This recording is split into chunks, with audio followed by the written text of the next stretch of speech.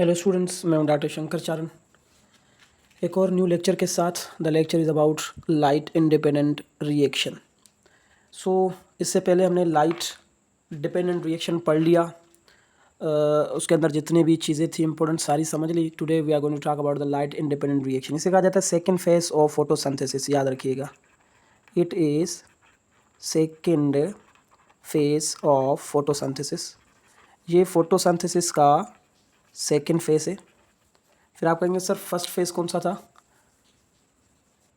तो first phase हमारे पास था light dependent reaction. So this is the second phase of the photosynthesis. इसमें क्या होता है that is the macromolecule form होते हैं। यहाँ पे कार्बोहाइड्रेट फॉर्म होता है। Carbohydrate is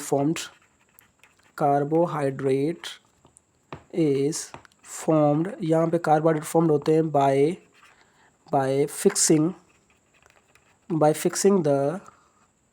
fixing the atmospheric carbon dioxide. ठीक है, bye fixing the atmospheric carbon dioxide. Atmosphere में जो कार्बन डाइऑक्साइड होती है उनको फिक्स करने के बाद यहाँ पे कार्बोहाइड्रेट्स बनते हैं। सही हो गया। सिंपली क्या होता है, यहाँ पे लाइट डायरेक्टली यूज़ नहीं होती। Light is not directly use. समझिएगा concept, light is not directly used but products of light reaction utilized here।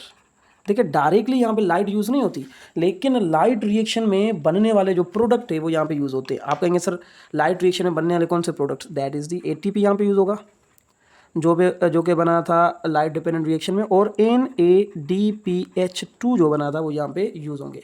ATP के पास जो होता है वो एनर्जी कैरियर है। एटीपी क्या है भाई? एनर्जी का ये कैरियर है, इट कैरीज द एनर्जी। और NADPH2 के पास पावर होता है, that power is termed as reducing power.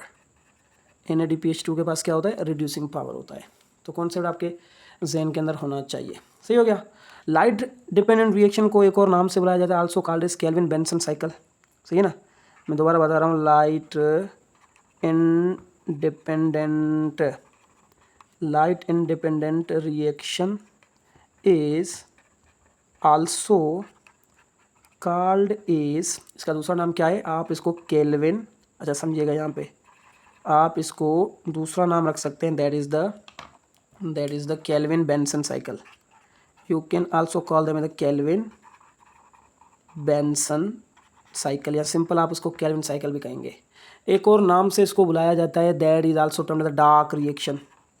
सही है, you can also call them the dark reaction. और तीसरा आप इसको नाम दे सकते हैं, that is the C3 cycle. सही है ना? C3 cycle. तो कितने नाम हो गए? ऊपर नाम है light independent reaction of photosynthesis, दूसरा नाम इसका हो गया केल्विन बेंसन साइकिल, तीसरा नाम है डार्क रिएक्शन, और चौथा नाम है C3 साइकिल। ये सारे के सारे नाम एक ही प्रोसेस के हैं। तो जो लाइट इंडिपेंडेंट रिएक्शन है, इसी वजह से कहते हैं क्योंकि लाइट डायरेक्टली यूज़ नहीं होता, बल्कि लाइट रिएक्शन में बनने वाले जो प्रोडक्ट होते हैं ATP और NADPH2 वो यहाँ पे यूटिलाइज होते, कार्बन डाइऑक्साइड को फिक्स करने के बाद कार्बोहाइड्रेट्स बनाते हैं। सही है। केल्विन बेंसन साइकिल क्यों कहा जाता है? क्योंकि इसको first time discovered by kelvin एक साइंटिस्ट था, और उसका एक साथी था उसके साथ काम करने वाला बेंसन, इसी वजह से इसका नाम है kelvin Benson cycle. Dark reaction इसीलिए कह रहे हैं क्योंकि इसमें लाइट डायरेक्टली यूज़ नहीं होती। Light is not directly utilized या यूज्ड, इसी वजह से कहते हैं डार्क रिएक्शन। और C3 साइकिल क्यों कहते हैं ये समझिएगा, क्योंकि जो फर्स्ट स्टेबल, यहाँ पे जो प्रोडक्ट हम पढ़ेंगे, first stable product is 3 carbon containing. याद रखिएगा, 3 कार्बन कंटेनिंग। जो फर्स्ट स्टेबल प्रोडक्ट है वो कितने कार्बन पे मुश्तमिल है? It is containing 3 carbons. तो इसी वजह से इसका आप नाम क्या रख रहे हैं? You are going to name them as the C3 cycle. Concept हो गया क्लियर? तो ये साइकिल जिन प्लांट्स के अंदर होता है, उन प्लांट्स को भी पर्टिकुलर नाम से बुलाया जाता है, जैसे C3 प्लांट्स। याद रखिएगा। तो इसी के बेसिस पे हमारे पास प्लांट्स है। C4 प्लांट्स भी होते हैं, आगे बताऊंगा आपको। C4 फोटोसिंथेसिस और C3 फोटोसिंथेसिस। C3 फोटोसिंथेसिस वो होती है जिनमें डार्क रिएक्शन C3 साइकिल होता है, जिसमें जो फर्स्ट स्टेबल प्रोडक्ट होता है वो 3 कार्बन पे मुश्तमिल होता है। और ऐसे प्लांट जिनमें C3 साइकिल होता है उन्हें C3 प्लांट्स कहा जाता है। ये साइक्लिक मैनर में होता है, इसी वजह से इसको C3 साइकिल कहा जाता है। याद रखिएगा, जहाँ से स्टार्ट हो रहा है वहाँ पे खत्म होता है, साइकिल ऐसे ही होता है ना। तो जो फर्स्ट स्टेबल प्रोडक्ट है, that first stable product is termed as three phosphoglycerate, three phosphoglycerate, या आप इसको एक और नाम से बुलाएंगे 3-फॉस्फोग्लाइसरिक एसिड। ये एक ही बात है, याद रखिएगा, 3-फॉस्फोग्लाइसरेट एंड 3-फॉस्फोग्लाइसरिक एसिड। फ़र्क क्या है? फ़र्क ये कि अगर आप COOH की बात कर रहे हैं तो ये एसिड होगा, ठीक है, ग्लाइसरिक एसिड। और लेकिन आप सिर्फ COO की बात कर रहे हैं, मतलब कि आप एक प्रोटॉन को निकाल रहे हैं, तो इसे आप कहेंगे 8 के नाम से आप बुलाएंगे, ग्लाइसरेट। फ़र्क नहीं है, ये pH के बेसिस पे होता है। ये कहलाता है प्रोटोनेटेड फॉर्म, ये कहलाता है प्रोटोनेटेड फॉर्म, और ये कहलाता है डीप्रोटोनेटेड फॉर्म। याद रखिएगा, this is termed as deprotonated form. और ये किस पे डिपेंड करता है, प्रोटोनेटेड और deprotonated form? That depends on the pH। जो pH होती है ना सेल की, या जिस जगह पे ये रिएक्शन हो रहा है, तो उसकी pH पे ये इस फॉर्म में भी मिलेगा आपको और इस फॉर्म में मिलेगा, है एक ही चीज़। ये भी एसिड है, ये भी एसिड है, लेकिन ये प्रोटोनेटेड फॉर्म है कंटेनिंग प्रोटॉन, और जब प्रोटॉन लॉस हो जाएगा तो इसे डीप्रोटोनेटेड फॉर्म में 8 आ जाएगा। तो ग्लाइसरिक एसिड है, ग्लाइसराइड अगर आ जाए ना, आगे हम पढ़ेंगे पायरुविक एसिड, पायरुवेट, तो एक ही चीज़ है, कंफ्यूज होने की यहाँ पे बात नहीं है। आगे समझ में आया होगा। तो याद रखिएगा, जो डार्क रिएक्शन है, उस डार्क रिएक्शन को 3 पार्ट्स में तकसीम करते हैं। 3 स्टेप्स में होता है डार्क रिएक्शन। कितने स्टेप्स में? I am going to write over here 3 steps. पहले स्टेप को कहा जाता है that is the carbon fixation. पहले स्टेप में क्या होगा? Carbon fixation. कार्बन फिक्सेशन मतलब कि इस रिएक्शन में क्या होगा, समझिएगा, जो एटमॉस्फेरिक कार्बन डाइऑक्साइड है that will be converted into three phosphoglycerate. 3PGA का मतलब 3-फॉस्फोग्लाइसरेट में कन्वर्ट हो जाएगी। और इस कार्बन डाइऑक्साइड को फिक्स करने के लिए एक मॉलिक्यूल पाया जाता है that is termed as ribulose bisphosphate. याद रखिएगा, ये एक पेंटोस शुगर है, फॉस्फोरिलेटेड पेंटोस शुगर कहा जाता है इसे। राइबुलोज आपको मैंने पढ़ाया था, मैंने कहा था आगे ये चीज़ें काम आएंगी। जो राइबुलोज होता है वो क्या होता है? Ribulose is a pentose sugar. Pentose sugar के 2 फॉर्म पढ़े थे हमने, एक पढ़ा था राइबोज, एक पढ़ा था राइबुलोज। जो राइबोज होता है वो एल्डिहाइड कंटेनिंग होता है, और राइबुलोज कीटोन कंटेनिंग होता है। तो ये राइबुलोज बिसफॉस्फेट होता है। कितने कार्बन पे मुश्तमिल है? 5 कार्बन पे मुश्तमिल है, कार्बन 1 2 3 4 5, सही है। और इसके कार्बन नंबर 1 पे भी फॉस्फेट है और कार्बन नंबर 5 पे भी फॉस्फेट है। ऐसे टाइप की पेंटोस शुगर को कहा जाता है राइबुलोज बिसफॉस्फेट। इसका मेन काम होता है कार्बन डाइऑक्साइड को फिक्स करना, इसीलिए इसको कार्बन डाइऑक्साइड का एक्सेप्टर भी कहा जाता है। लेकिन इन कार्बन डाइऑक्साइड तो राइबुलोज के साथ मिल जाता है, कैसे मिलता है आगे बताता हूँ। लेकिन इनको फिक्स करने का काम कौन करता है? एक एंजाइम करता है। इनको फिक्स करने का काम एक एंजाइम का है, that enzyme is termed as rubisco. उस एंजाइम को क्या कहा जाता है? रुबिस्को। इनको फिक्स करने का काम कौन करता है? रुबिस्को करता है। और रुबिस्को को कहा जाता है राइबुलोज बिसफॉस्फेट कार्बोक्सिलेज ऑक्सीजनेस, ठीक है। बाकी तो ये नाम सेम है, लेकिन सी का मतलब होता है कार्ब ऑक्सीलेज और ओ का मतलब होता है ऑक्सीजीनेस। याद रखिएगा, मतलब कि अगर रुबिस्को के पास कार्बन डाइऑक्साइड की कंसंट्रेशन ज़्यादा होगी तो वो कार्बन डाइऑक्साइड को राइबुलोज के साथ में मिक्स कर देगा, मतलब कि उसके साथ रिएक्ट कर देगा। और अगर ऑक्सीजन की कंसंट्रेशन सेल में ज़्यादा है तो रुबिस्को क्या करेगा? ऑक्सीजन और राइबुलोज बिसफॉस्फेट को आपस में मिला देगा। दोनों के साथ में ये रिएक्ट कर सकता है रुबिस्को। आरी बात समझ में, ये फोटो फॉस्फोराइलेशन का टॉपिक पढ़ाऊंगा, वहाँ पे समझाऊंगा। तो ये होगा पहला प्रोसेस। सेकंड प्रोसेस जो होता है डार्क रिएक्शन में, that is termed as reduction. Second process हम पढ़ेंगे रिडक्शन, ठीक है। और रिडक्शन में क्या होता है? रिडक्शन में आपको पता है gain and loss of hydrogen वगैरह, ये सारा कॉन्सेप्ट आपको पता है। रिडक्शन में आपने याद रखना, ये जो एसिड होता है ये अपने आप को रिड्यूस कर देता है एल्डिहाइड में। एसिड किस में रिड्यूस कर देता है अपने आप को? एल्डिहाइड में। आपको पता है ऑर्गेनिक केमिस्ट्री में आपने ये रिएक्शन पढ़ा होगा, एसिड जब भी रिड्यूस होंगे तो वो एल्डिहाइड बनाएंगे, ऐसे ना। लेकिन इनको असिस्ट कौन करेगा? असिस्ट करेगा जो लाइट रिएक्शन में बना था NADPH2, वो अपने हाइड्रोजन दे देगा इनको और खुद कन्वर्ट हो जाएगा इनटू NADP+ में, सही है। अपने हाइड्रोजन इलेक्ट्रॉन दे देगा एसिड को और एसिड कन्वर्ट हो जाएगा एल्डिहाइड में। इस प्रोसेस को कहा जाता है रिडक्शन। ये जस्ट ओवरव्यू दे रहा हूँ आपको, इसके बारे में पूरा रिएक्शन अच्छे से समझाता हूँ। मतलब कि ये दूसरा प्रोसेस होता है लाइट इंडिपेंडेंट रिएक्शन में, डार्क रिएक्शन में। तीसरा प्रोसेस जो होता है that is termed as regeneration. तीसरा प्रोसेस क्या है? रीजनरेशन। और रीजनरेशन में क्या होता है? रीजनरेशन में क्या होता है? ये जो राइबुलोज बिसफॉस्फेट है वो दोबारा बनता है, फॉर्म्स अगेन। मतलब कि ये स्टार्ट भी होता है, ये रिएक्शन को स्टार्ट भी करता है, कार्बन डाइऑक्साइड को फिक्स भी करता है, और लास्ट में ये दोबारा बन जाता है। पूरा रिएक्शन कराने के बाद कार्बन डाइऑक्साइड को फिक्स करने के बाद दोबारा राइबुलोज बिसफॉस्फेट बन जाता है। तो मतलब कि ये साइक्लिक हो गया ना। तो ये रिएक्शन साइक्लिक होता है, इसी वजह से इसको कहा जाता है C3 साइकिल। ये साइक्लिक मैनर में रिएक्शन होता है, so you have to understand. तो कितने प्रोसेस होते हैं भाई? डार्क रिएक्शन में 3 प्रोसेस होता है। एक कहलाता है कार्बोक्सिलेशन, दूसरा कहलाता है रिडक्शन और तीसरा कहलाता है रीजनरेशन, जिसमें ये जो पेंटोस शुगर है राइबोलोज बिसफॉस्फेट ये दोबारा बन जाता है। मैं ओवरऑल आपको ये रिएक्शन समझाता हूँ, ठीक है ना, और आपका कॉन्सेप्ट क्लियर करता हूँ। आपने ये जो चीज़ें हैं इनके बारे में बुक में और ज़्यादा डिटेल में बताया गया कि रीजनरेशन कैसे हो रही है, बुक में डिटेल में बताया गया इसकी थ्योरी। रिडक्शन के बारे में भी थ्योरी डिटेल से बताई गई है, वो मैं बुक में से रीड करूँगा तो कॉन्सेप्ट क्लियर करूँगा। मैं आपको साइकिल समझा देता हूँ तो आपके कॉन्सेप्ट क्लियर हो जाएंगे इस डार्क रिएक्शन के बारे में। अच्छा, डार्क रिएक्शन होता कहाँ पे, ये याद रखिएगा, डार्क रिएक्शन होता है स्ट्रोमा में। Where you will find the dark reaction occurring, dark reaction occurs in stroma. मैं यहाँ पे दो बार आपको बता रहा हूँ ये पूरा का पूरा कॉन्सेप्ट समझाने के लिए। So there is the dark reaction, जिसका दूसरा नाम है C3 साइकिल, तीसरा नाम है केल्विन साइकिल और चौथा नाम है लाइट इंडिपेंडेंट रिएक्शन। इसकी लोकेशन कहाँ है, इसकी लोकेशन है स्ट्रोमा, लोकेशन है स्ट्रोमा ऑफ क्लोरोप्लास्ट, याद रखिएगा। ये क्लोरोप्लास्ट के स्ट्रोमा में रिएक्शन होता है, ये जहन के अंदर चीज़ आप बिठाइएगा, सही है। सो आई गेस समझ में आया होगा। तो अभी हम इसको रीड करना समझना स्टार्ट करते हैं, पूरे के पूरे साइकिल को समझते हैं। सबसे पहले आपने ये समझना है कि हमारे पास एक मॉलिक्यूल होता है।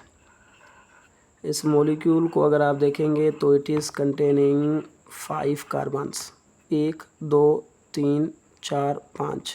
इसके कार्बन नंबर 1 पे भी फॉस्फेट है, कार्बन नंबर 5 पे भी फॉस्फेट है। कंपाउंड का कुछ नाम है, that is the ribulose bisphosphate, BP, ठीक है। क्या कंपाउंड का नाम है, इट इज़ राइबुलोज बिसफॉस्फेट। कितने मॉलिक्यूल होते हैं राइबुलोज बिसफॉस्फेट के, 3। ये राइबुलोज बिसफॉस्फेट के 3 मॉलिक्यूल क्या करते हैं, अपने साथ अटैच करते हैं कार्बन डाइऑक्साइड के 3 मॉलिक्यूल। और ये कार्बन डाइऑक्साइड के 3 मॉलिक्यूल कहाँ से आते हैं, these 3 molecules of carbon dioxide are from the atmosphere. और इनको आपस में अटैच करने का काम होता है एक एंजाइम का नाम होता है रुबिस्को, ठीक है। तो ये रुबिस्को क्या करता है, राइबुलोज बिसफॉस्फेट को और 3 कार्बन डाइऑक्साइड को मिला देता है और मिलाने के बाद एक कंपाउंड बनता है, इसे याद रखिएगा, 1 2 3 4 5, ठीक है।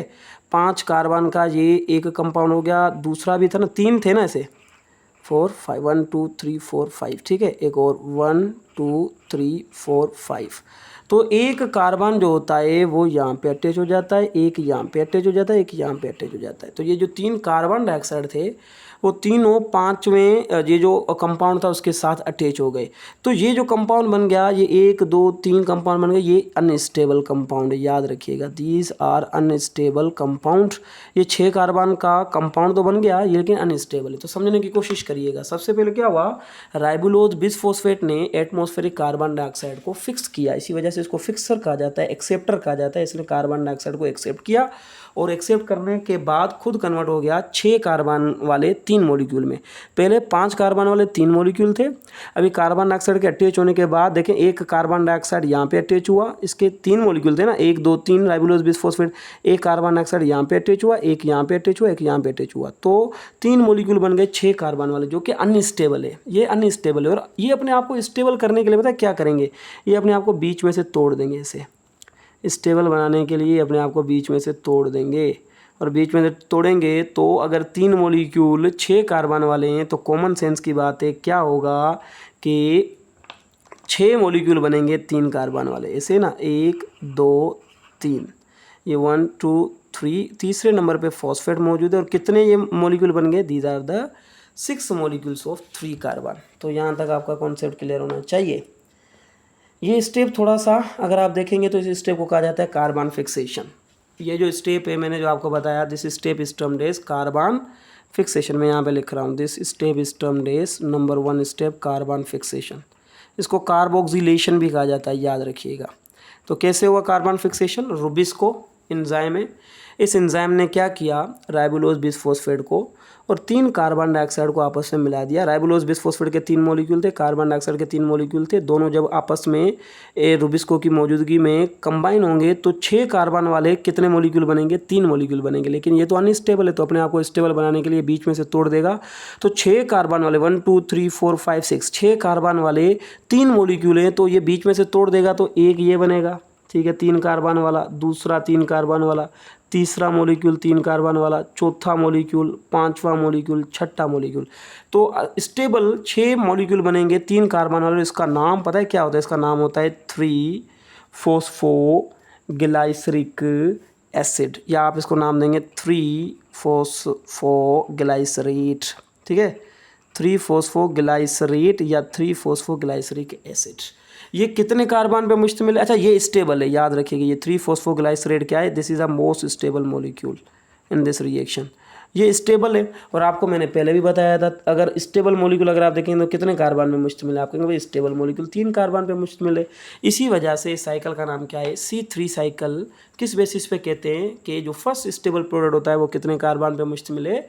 3 कार्बन पे। और वो प्लांट्स जिनके अंदर ये प्रोसेस होता है उन्हें कहा जाता है C3 प्लांट्स। ये हो गया कार्बन फिक्सेशन। प्रोसेस आगे होगा, आगे प्रोसेस में पता है क्या होगा? आगे प्रोसेस में ये बताया गया है कि ये जो मॉलिक्यूल है ये स्टेबल बन गया, और हमारे सेल के अंदर जो भी चीज़ स्टेबल बन जाती है ना उसको अनस्टेबल करना पड़ता है, तब तक वो तब रिएक्ट करेगी, वरना नहीं करेगी। आप चाय ले, चाय की पत्ती ले, थोड़ी चाय की पत्ती ले, आप दूध ले, पानी ले, आप उसको रख दे एक जगह पे, कोने में कहीं पे, रूम टेम्परेचर पे, चाय बनेगी? नहीं बनेगी चाय, क्योंकि चाय बनने के लिए उनको आपको उनको अनस्टेबल करना पड़ेगा, तभी तो वो रिएक्ट करेंगे ना। फिर आप उनकी काइनेटिक एनर्जी बढ़ाएंगे हीट देकर। नॉन लिविंग चीज़ों को तो आप हीट से कर सकते हैं अनस्टेबल, लेकिन लिविंग चीज़ों को आप हीट से जो ना वो अनस्टेबल नहीं कर सकते, और जब तक अनस्टेबल नहीं होगा रिएक्शन नहीं होगा। ये बात याद रखिएगा। तो हमें इसको अनस्टेबल करना है रिएक्ट कराने के लिए, तो अनस्टेबल करने के लिए हमें एनर्जी देनी पड़ेगी इसको, और हमारे सेल के अंदर एनर्जी एक ही देता है, दैट इज़ ATP।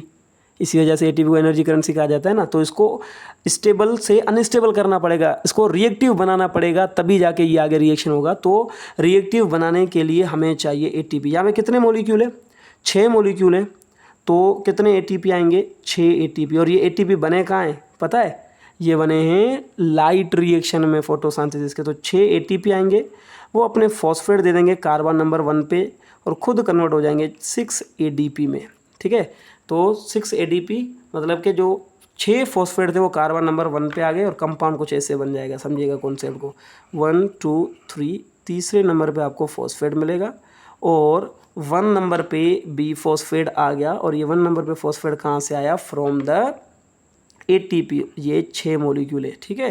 पहले नाम था 3-फॉस्फोग्लाइसरेट, अभी इसका नाम हो जाएगा 1,3 बाय फॉस्फोग्लाइसरेट, ठीक है।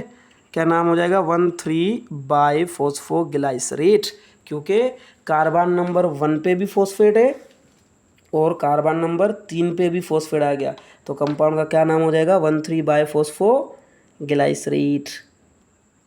सही है।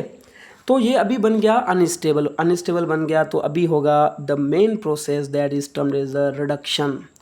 कार्बन फिक्सेशन के बाद कौन सा प्रोसेस होता है? देखिए, कार्बन फिक्सेशन के बाद जो प्रोसेस होता है दैट इज द रिडक्शन। अभी रिडक्शन कैसे होगा? और आपको पता है रिडक्शन करने के लिए लाइट रिएक्शन में एक चीज़ बनी थी, उस चीज़ का नाम क्या था? NADPH2। उसके बाद रिड्यूसिंग पावर था ना, तो कितने NADPH2 आएंगे समझने की कोशिश करिएगा। आप कहेंगे भाई 6 मॉलिक्यूल है तो NADPH2 कितने आएंगे? 6। और ये NADPH2 कहाँ पे बने थे? They were formed in light reaction. तो 6 NADPH के मॉलिक्यूल आएंगे, अपने अपने हाइड्रोजन और इलेक्ट्रॉन प्रोवाइड कर देंगे, और ये खुद कन्वर्ट हो जाएंगे 6 NADP+ में।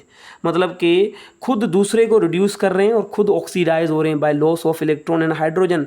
और इसके जो हाइड्रोजन और इलेक्ट्रॉन होंगे वो कार्बन नंबर 1 पे लग जाएंगे, जिसमें से फॉस्फेट निकल जाएगा और कंपाउंड रिड्यूस हो जाएगा। समझिएगा कॉन्सेप्ट को। जैसे ही फॉस्फेट निकलेगा कार्बन नंबर 1 का, उस जगह पे ये हाइड्रोजन लग जाएंगे NADPH2 के, और ये कंपाउंड कुछ ऐसे बन जाएगा। देखें 1 2 3, तीसरे नंबर पे फॉस्फेट मौजूद है, ठीक है।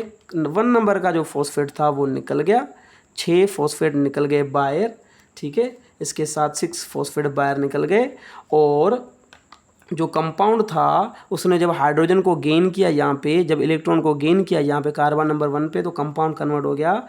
3 नंबर पे फॉस्फेट है, कंपाउंड का नाम है 3-फॉस्फोग्लाइसर अल्डिहाइड। कंपाउंड का नाम क्या हो गया? 3-फॉस्फोग्लाइसर अल्डिहाइड। कितने मॉलिक्यूल है ये? 6 मॉलिक्यूल हैं।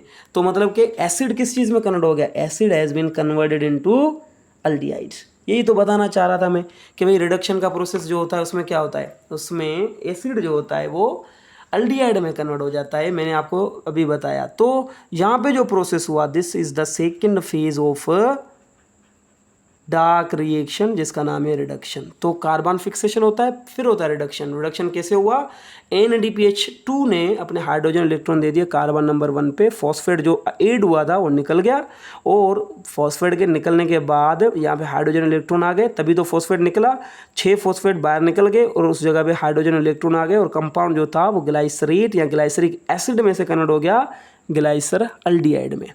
आ रही बात समझ में? कितने मॉलिक्यूल है? 6 मॉलिक्यूल हैं।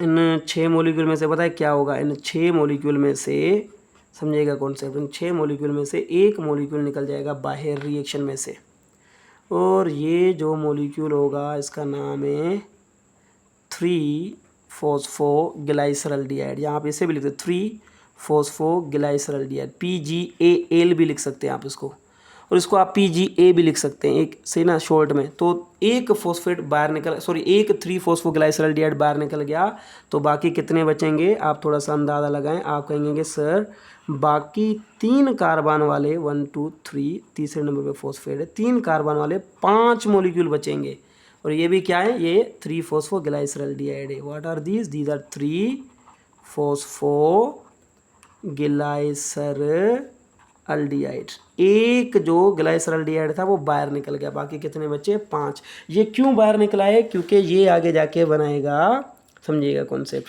ये क्यों बाहर निकला है? क्योंकि ये आगे जाके बनाएगा ग्लूकोज।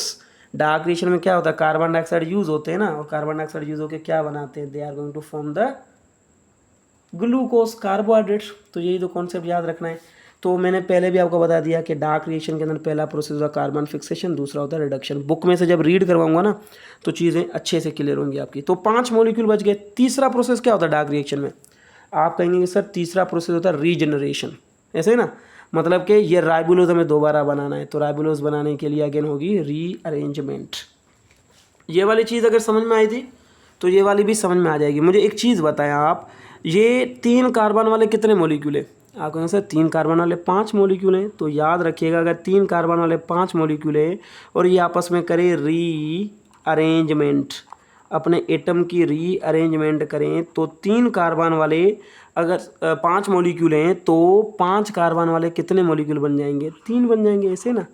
1 2 3 4 5, 1 2 3 4 5, 5 कार्बन वाले कितने मॉलिक्यूल बन जाएंगे? 3 बन जाएंगे, ऐसे ना। और ये जो कंपाउंड बना है, इस कंपाउंड का नाम है ribulose phosphate. This is termed as ribulose phosphate. Bisphosphate नहीं बना, राइबोलोज फॉस्फेट बना है, मतलब कि कार्बन नंबर 5 पे जस्ट ओनली फॉस्फेट है, गौर से अगर आप देखेंगे तो। लेकिन बिस फॉस्फेट में क्या होता है? कार्बन नंबर 1 पे और 5 पे दोनों पे फॉस्फेट होता है ना। इसका मतलब अभी तक राइबोलोज बिस फॉस्फेट नहीं बना, जस्ट ओनली राइबोलोज फॉस्फेट बना है। ये वाला स्टेप समझिए। देखें यहाँ पे मैं आपको ये समझाना चाह रहा हूँ कि देखें 3 कार्बन वाले 5 मॉलिक्यूल हैं, ठीक है, 3 कार्बन वाले 5 मॉलिक्यूल हैं। इसकी रीअरेंजमेंट होगी, एटम्स रीअरेंज करेंगे तो क्या 5 कार्बन वाले 3 मॉलिक्यूल नहीं बनेंगे? भाई बनेंगे ना। समझने की कोशिश करो इसको, मैं एक और तरीके से समझाता हूँ। देखें 3 कार्बन वाले कितने मॉलिक्यूल थे? 5। 1 2 3 4 5।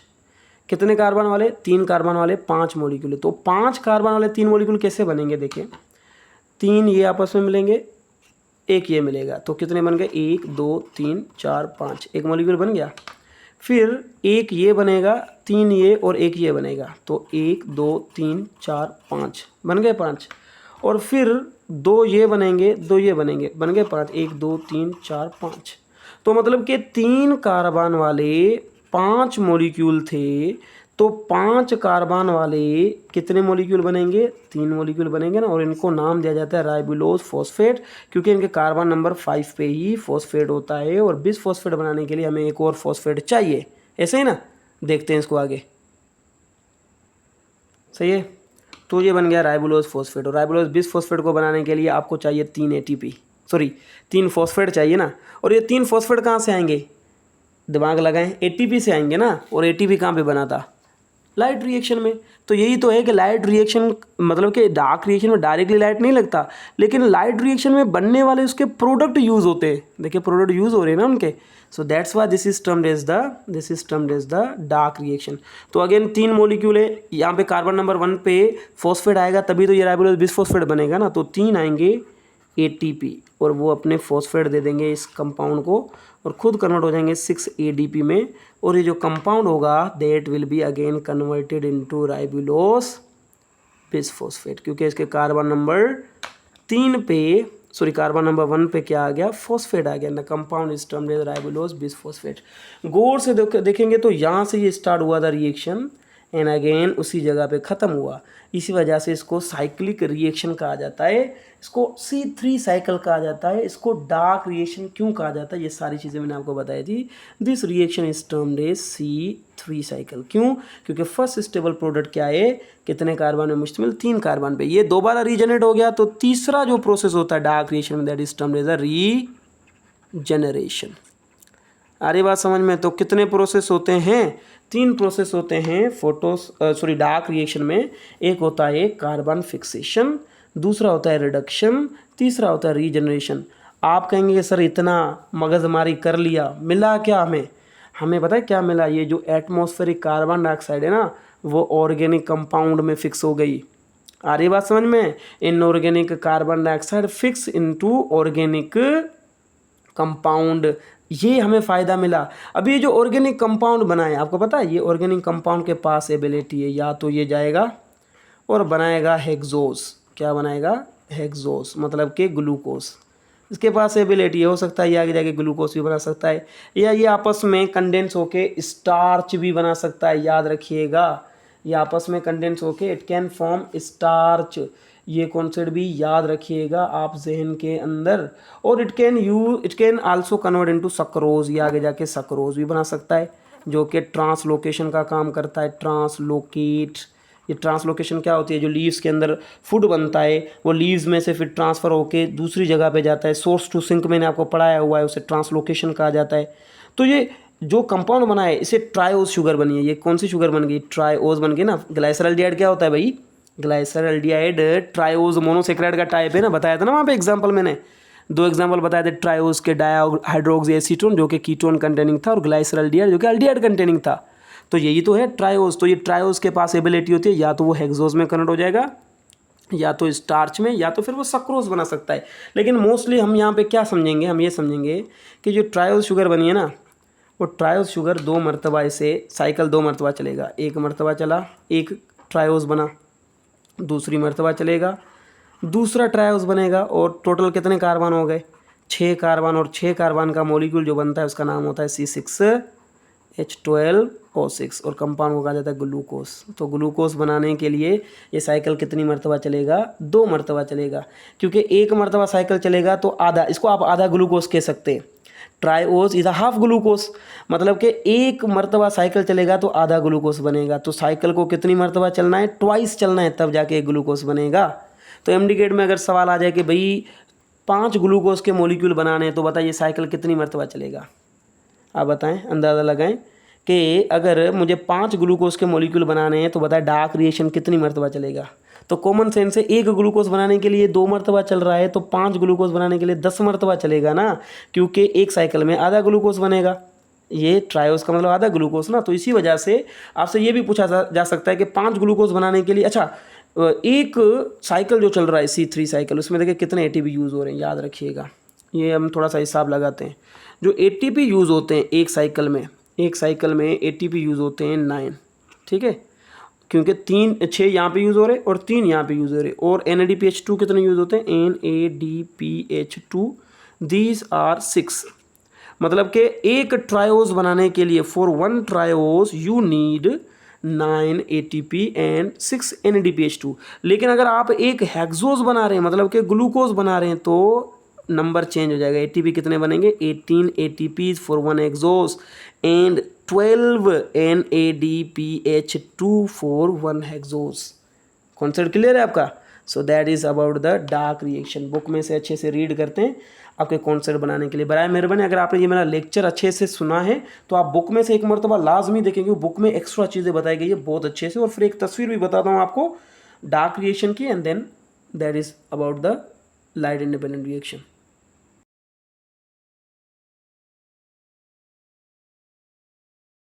देखिए लाइट इंडिपेंडेंट रिएक्शन को पढ़ लेते हैं। लाइट इंडिपेंडेंट रिएक्शन और Calvin Benson cycle, the second phase of photosynthesis where carbohydrate molecules are formed by fixing atmospheric carbon dioxide. सही है। सो ये सेकंड फेज है, कार्बन डाइऑक्साइड एटमॉस्फेयर की फिक्स हो रही है ग्लूकोज कार्बोहाइड्रेट बनाने के लिए। This part of photosynthesis does not require light energy directly, it requires chemical energy of ATP and NADPH2। और एटीपी एंड NADPH2 कहाँ पे बने? लाइट रिएक्शन में ना। Therefore it is light independent reaction, और प्रीवियसली कहा डार्क रिएक्शन भी कहा जाता है इसको। डार्क रिएक्शन का मतलब अंधेरे में हो रहा है भाई, दिन के वक्त ही होता रहता है, लेकिन लाइट डायरेक्टली यूज नहीं होती, उसका प्रोडक्ट यूज होता है। The details of this phase were discovered by Melvin kelvin and his colleague Benson, therefore it is also called as Kelvin cycle. During the cycle, carbon dioxide is reduced to triose phosphate, मतलब कि glyceraldehyde 3-phosphate, 3-phosphoglycerose or dihydroxyacetone phosphate, and subsequently via other metabolic pathway to hexosis. ये ग्लाइसरोज जो बन जाएगा ना, ग्लाइसरोज या glyceraldehyde, फिर वो हेक्सोज में कन्वर्ट हो जाएगा सक्रोज में या स्टार्च में। लेक्चर में बताया है। The first stable product form during this cycle is 3 carbon containing acid, that is 3-phosphoglyceric acid या 3-phosphoglycerate, एब्रीविएटेड बाय 3-PGA। ये एक ही बात है। Therefore, this cycle is called C3 cycle, and the plant which carry this cycle only called C3 plants. और जिनमें C4 plant होते हैं ना, उनमें जो फर्स्ट स्टेबल प्रोडक्ट होता है वो 4 कार्बन का होता है। ठीक है। The Calvin cycle start with a phosphorylated 5 carbon sugar राइबोलोज 1,5 bisphosphate. Carbon number 1 और 5 पे फॉस्फेट होता है तो कहलाता है राइबोलोज बिसफॉस्फेट कहेंगे सिंपल, या 1,5 bisphosphate, and ends on the sugar, therefore it is called cyclic process. राइबोलोज से स्टार्ट होता है, राइबोलोज पे खत्म होता है, इसी वजह से ये साइक्लिक मैनर में चलता है। Calvin cycle is divided into 3 distinct phases for the convenience to study. Carboxylation होगा, रिडक्शन होगा, रीजनरेशन होगा। ये बात याद रखिए। कार्बोक्सिलेशन का मतलब होता है fixation of atmospheric carbon dioxide with 5 carbon sugar. Reduction का मतलब होता है reduction of 3 carbon containing acid takes place to form triose aldehyde. सही है। Regeneration where reduce carbon utilize to regenerate 5 carbon sugar ribulose bisphosphate दोबारा बनता है। एक एक करके इनको समझते हैं और फिर साइकिल भी पढ़ते हैं। प्रोसेस है carboxylation. This is the first and the key step of Kelvin cycle, where 1 carbon dioxide fixed with ribulose 1,5-bisphosphate. As a result of this fixation, a 6 carbon short-lived intermediate compound is formed. ठीक है। एक 6 carbon का intermediate compound बनता है, short lived होता है, unstable होता है, फिर वो स्टेबल बनने के लिए 3 कार्बन के कंपाउंड में कन्वर्ट हो जाता है, which immediately breaks into 2 molecules of 3 carbon containing acid called 3-phosphoglycerate. This reaction is catalysed by enzyme called rubisco ribulose one five bisphosphate carboxylase oxygenase. ठीक है, बताया हुआ है मैंने आपको। तो यहाँ पे साइकिल को देखिए आप, यहाँ पे कार्बन डाइऑक्साइड है, राइबोलोज के साथ मिक्स हो गए, 6 कार्बन 6 मॉलिक्यूल 3 कार्बन वाले बन गए 3-phosphoglyceric एसिड। सो पहला प्रोसेस है कार्बन फिक्सेशन, रुबिस को हेल्प कर रहा है, कार्बन डाइऑक्साइड को 3 मॉलिक्यूल ऑफ राइबोलोज बिसफॉस्फेट से मिला रहा है, तो 6 मॉलिक्यूल बन रहे हैं 3 कार्बन phosphoglyceric एसिड। इसको अनस्टेबल, ये स्टेबल अनस्टेबल बनाने के लिए एटीपी आएगा, 1,3-biphosphoglyceric एसिड बन जाएगा, और फिर आएंगे 6 NADPH2 अपने हाइड्रोजन इलेक्ट्रॉन दे देंगे, फॉस्फेट कार्बन नंबर 3 वाले निकल जाएंगे और कंपाउंड जो होगा वो एसिड से कन्वर्ट हो जाएगा अल्डिहाइड में। एक अल्डिहाइड जो होगा वो 6 मॉलिक्यूल से बाहर निकल जाए, 3 ग्लाइसरल्डिहाइड 3-phosphate कहेंगे, एक बाहर निकल जाएगा, बाकी जो 5 बचेंगे वो आगे जाके रीअरेंज करेंगे अपने आप को और राइबोलोज फॉस्फेट बनाएंगे, और राइबोलोज फॉस्फेट को बिसफॉस्फेट में कन्वर्ट करने के लिए अगेन 3 ATP आएंगे और बन जाएगा राइबोलोज बिसफॉस्फेट। ये साइक्लिक मैनर में होता है, इसलिए C3 साइकिल कहा जाता है, क्योंकि फर्स्ट स्टेबल प्रोडक्ट 3 कार्बन में मुश्तमिल है। तो इसका मतलब ये हुआ कि 1 molecule of 3-PGA मतलब फॉस्फोग्लाइसरल्डिहाइड, तो मतलब कि हाफ ग्लूकोज बन गए। तो ये साइकिल कितनी मरतबा चलेगा? 2 मरतबा चलेगा, जिसकी वजह से एक पूरा ग्लूकोज का मॉलिक्यूल बनेगा। 9 ATP एक साइकिल में यूज होते हैं, तो 2 मरतबा साइकिल चलेगा तो 18 ATP and 6 and 12 NADPH2 use होंगे। दूसरा phase reduction, this phase comprise of series of reaction. Simply during this phase 3-phosphoglycerate reduce to glycerate 1,3-biphosphate by using ATP। पहले ATP यूज होगा, 1,3-biphosphoglycerate बनेगा from light reaction, and then to triose phosphate by oxidation of NADPH2। NADPH2 अपने hydrogen loss करेगा तो वो oxidise हो जाएगा, और जो एसिड होगा वो रिड्यूस हो जाएगा अल्डिहाइड में, ट्रायोज शुगर में। From light reaction these triose phosphate are phosphate and 3-phosphoglyceraldehyde। यहाँ पे इक्वेशन बताया गया, इक्वेशन को देख लें आप। देखिए 6 मॉलिक्यूल फॉस्फोग्लाइसरिक एसिड के, 6 NADPH2 के मॉलिक्यूल आएंगे, 6 ATP के मॉलिक्यूल आएंगे, they will be combining to form 6 3-phosphoglyceraldehyde, 6 NADP plus, क्योंकि अपना हाइड्रोजन लॉस कर देंगे, फॉस्फेट भी लॉस हो जाएगा, तो 6 ADP और 6 इनऑर्गेनिक फॉस्फेट भी अलग हो जाएंगे। पूरा रिएक्शन यहाँ पे बता रहे हैं ATP से लेके रिडक्शन वाला NADPH तक। आगे है regeneration, many carbon rearrangement takes place during this phase. 5 molecules of triose sugar 3-phosphoglyceraldehyde in 3 interlinked C3 cycles rearranged to reform 3 molecules of 5 carbon sugar ribulose 1,5 biphosphate while 1 molecule of triose sugar is formed as a gain of these 3 cycle. एक हमें जो है ना वो glyceraldehyde का molecule मिलेगा जो कि हाफ ग्लूकोज कहलाएगा. ये भी यहाँ पे एक क्वेश्चन बताया गया है. 5 फॉस्फोग्लाइसरल्डिहाइड 3 एटीपी के मॉलिक्यूल मिलकर बनाएंगे 3 राइबोलोज बिस फॉस्फेट. 3 एटीपी अलग हो जाएंगे और 2 फॉस्फेट अलग हो जाएंगे जो कि स्ट्रोमा के अंदर ही रहेंगे. So during this cycle, 3 molecules of carbon dioxide fix with the 3 molecules of ribulose bisphosphate which produce 6 molecules of triose sugars. ठीक है. These 6 molecules of triose rearrange to 3 molecules of 5 carbon sugar ribulose bisphosphate and 1 molecule of triose is a net again. एक molecule का हमें gain होगा. Therefore only 1 molecule of 3 carbon sugar that is triose phosphate is produced which can. अब ये जो triose phosphate मिला है हमें एक जो साइकिल से बाहर निकल गया वो reenter the cycle to produce hexose. दोबारा साइकिल में जाएगा और हेक्सोस बनाएगा 6 कार्बन वाली शुगर और be used to starch synthesis within the chloroplast. और स्टार्च भी बना सकता है क्लोरोप्लास्ट के अंदर और be exported via phosphate translocated to cytosol for sucrose synthesis. और ये ट्रांसलोकेट हो जाएगा साइटोसोल में क्या बनाने के लिए? सक्रोज. और ये जो ट्रांसलोकेशन होती है ना एक जगह से दूसरी जगह किसी चीज़ का जाना सोर्स टू सिंक उसमें भी सक्रोज यूज होता है. वो भी इसी साइकिल के थ्रू बनता है. For the net synthesis of triose molecule एक ट्रायोज मॉलिक्यूल बनाने के लिए the Calvin cycle continuous a total of 9 ATPase molecules and 6 molecules of NADPH2 use करता है जो ना वो केल्विन साइकिल. लेकिन एक पूरा ग्लूकोज बनाने के लिए 18 ATP एंड 12 NADPH2 यूज होंगे. आई गेस समझ में आया होगा आपको लाइट इंडिपेंडेंट रिएक्शन या डार्क रिएक्शन.